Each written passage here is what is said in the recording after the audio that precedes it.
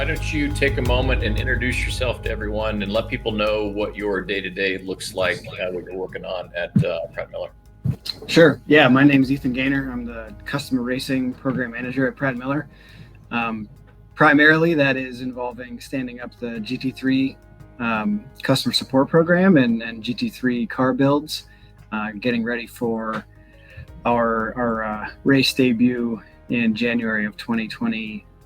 So coming right up, we're rounding out the Camaro GT4 program as well. It's the last year of homologation eligibility for that car. So we have 4 cars globally still running. But yeah, a lot of GT3 work. I'm sure everyone's seen the photos of the cars and the debut of the car. Yep. So a lot of effort from a lot of people going into this big program. And so can you explain, because I think the last time I was in the shop, I saw a handful of cars that were in a very early stage process. And these have to be based off the production car. So can you explain the process of like what we start with, where we get that, and then what we do on top of the car to finish it? Yeah, absolutely.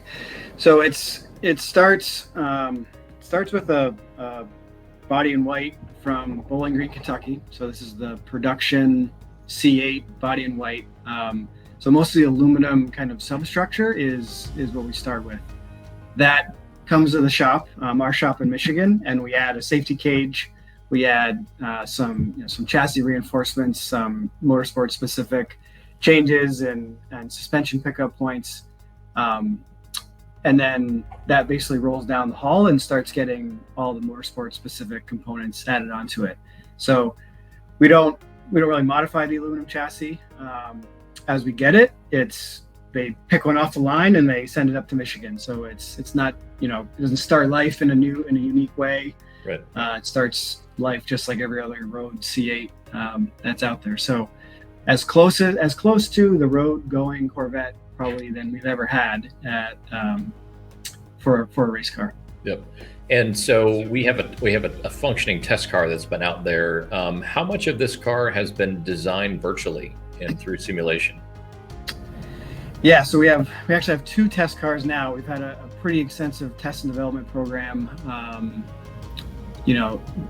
From a physical standpoint, going back really at least a year. Oh, wow.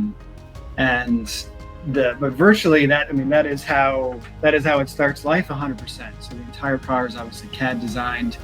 All the load simulations are done, all the durability simulations, crash analysis, composite optimization, all the kinematic design and simulation is done virtually. And then it gets into more of our performance-based simulation. So, lap times and drivability and vehicle sensitivity and we start defining metrics of the car and creating metrics of the car 100% virtually before we've ever cut one part or done a bench test or anything like that. So it's